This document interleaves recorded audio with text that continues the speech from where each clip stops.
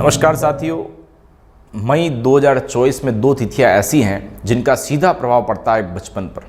जी हाँ, मैं बात करने वाला हूँ इस आने वाली 10 मई अक्षय तृतीया, जिसे लोग परशुराम जयंती के रूप में भी जानते हैं। और दूसरी एक महत्वपूर्ण तिथि है 23 मई, जिसे पीपल पूर्णिमा या पूनम के रूप में विशेष रूप से जाना जाता है। राजस्थान का कल्चर रहा है कि इसे हम अबूझ सावों के रूप में जानते हैं। अबूझ सावे मतलब कोई मुहूर्त की आवश्यकता नहीं है। अगर अक्षय तृतीया के दिन यदि कोई विवाह संपन्न हुआ तो परमपिता परमेश्वर की असीम कृपा उसके ऊपर है और वो विवाह सफल माना जाएगा। तो इस बात की अवधारणा विशेष रूप से ट्राइब्स में और उन लोगों में, उस कम्युनिटी विशेष में है कि जो बड़ी मात्रा में इस दिन बच्चों का बाल विवाह करवाते हैं, क्योंकि उस दिन कोई मुहूर्त नहीं देखना, कोई पंडित से नहीं पूछना, जो समय सेट हुआ रात बेरात दिन में और वो शादी करवा देते हैं। तो साथियों, बाल विवाह पे मैं पहले भी बात कर चुका हूं, लेकिन इन 2-3 दिन पहले इस वीडियो बनाने का मकसद ये था कि इस बार हम चाहते हैं कि राजस्थान में एक भी बाल विवाह ना हो, और यदि कोई होने वाला हो तो आपके माध्यम से सूचना प्रशासन तक, सरकार तक, चाइल्ड हेल्पलाइन तक और हम तक पहुंचे, ताकि उस बाल विवाह को होने से पहले हम रुकवा पाए। इसीलिए कुछ जोन में तो हम लोगों ने जहाँ हमारी टीम काम कर रही थी वहाँ हमने एक विशेष अभियान भी चलाया है कि बाल विवाह की सूचना देने वाले उस जागरूक नागरिक को हम लोग एक प्रोत्साहन राशि के रूप देके उसको सम्मानित भी करने जा रहे हैं। और ये प्रमुख जिले हैं राजसमंद, उदयपुर, प्रतापगढ़। तो अगर राजसमंद, उदयपुर, प्रतापगढ़ से संबंधित हैं, उदयपुर डिवीजन के आसपास, यदि आप अपने आसपास के बाल विवाह की सूचना या जानकारी रखते हैं, सूचना साझा करना चाहते हैं, तो आप कमेंट बॉक्स में जाके हमारा एक पूरा डिटेल डिस्क्रिप्शन है, उस हेल्पलाइन नंबर पर आप अपनी सूचना दे सकते हैं। आप यहाँ पर इस चैनल पर भी अपना कमेंट लिखकर भी अपनी सूचना दे सकते हैं। हर एक सूचना देने वाले की पहचान गोपनीय रखी जाएगी। आपको बिल्कुल घबराने की जरूरत नहीं है। अपने आसपास यदि कोई बाल विवाह होता हुआ देख रहे हैं तो आप सूचना साझा करें। हमारी हेल्पलाइन के ऊपर भी हमने इस बात को विशेष ध्यान रखा है कि जो व्यक्ति सूचना देगा उसकी आइडेंटिटी को हम लोग डिस्क्लोज नहीं करेंगे। साथियों, एक और महत्वपूर्ण बात मैं आपसे जरूर बताना चाहूँगा। कई बार लोगों को लगता है कि बाल विवाह करना करवाना तो अपराध है, लेकिन मैं आपको एक और बात बताना चाह रहा हूँ कि करना करवाने के साथ प्रत्यक्ष अप्रत्यक्ष सहयोगी होना भी बहुत बड़ा अपराध है।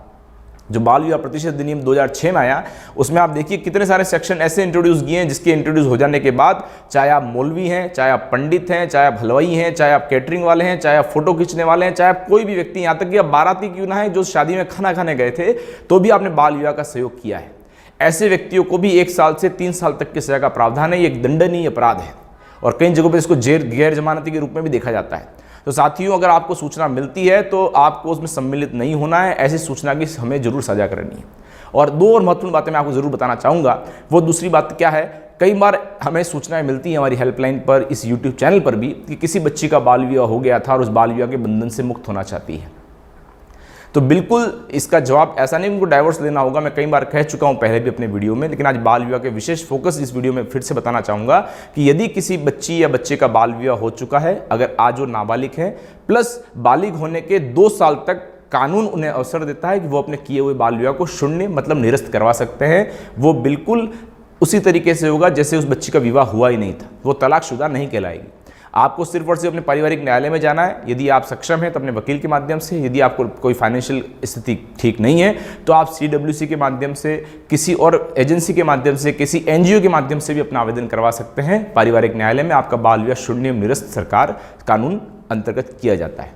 तीसरी और अंतिम महत्वपूर्ण बात बाल विवाह के संदर्भ में एक और मैं आपको कहना चाहूँगा कि यदि कोई बाल विवाह आपके आसपास घटित होता है और यदि उसकी सूचना पहले से सरकार को मिलती है, ये विशेष रूप से उन लोगों के लिए जो बच्चों के हितधारक के रूप में, स्टेक होल्डर के रूप में काम कर रहे हैं, चाहे वो हमारे CWC के साथी हों, पुलिस प्रशासन के लोग हों, हमारे जुडिशरी के लोग हों, यहाँ तक कि NGO वर्कर्स क्यों ना हो।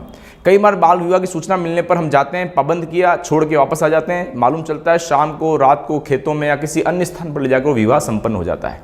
ये सिर्फ और सिर्फ इसलिए होता है क्योंकि आपको सेक्शन 13 की जानकारी नहीं है। तो सेक्शन 13 क्या कहता है बाल विवाह प्रतिषेध अधिनियम अंतर्गत कि निषेधाज्ञा, जिसको हम कहते हैं इंजंक्शन ऑर्डर, जारी जरूर होना चाहिए। इंजंक्शन ऑर्डर यदि जारी होता है तो पूरे के पूरे बाल विवाह के दौरान या बाद में या कभी भी, अगर वो बाल विवाह उस दिन नहीं हुआ, अगले दिन हुआ, तो भी वो स्वतः निरस्त माना जाएगा।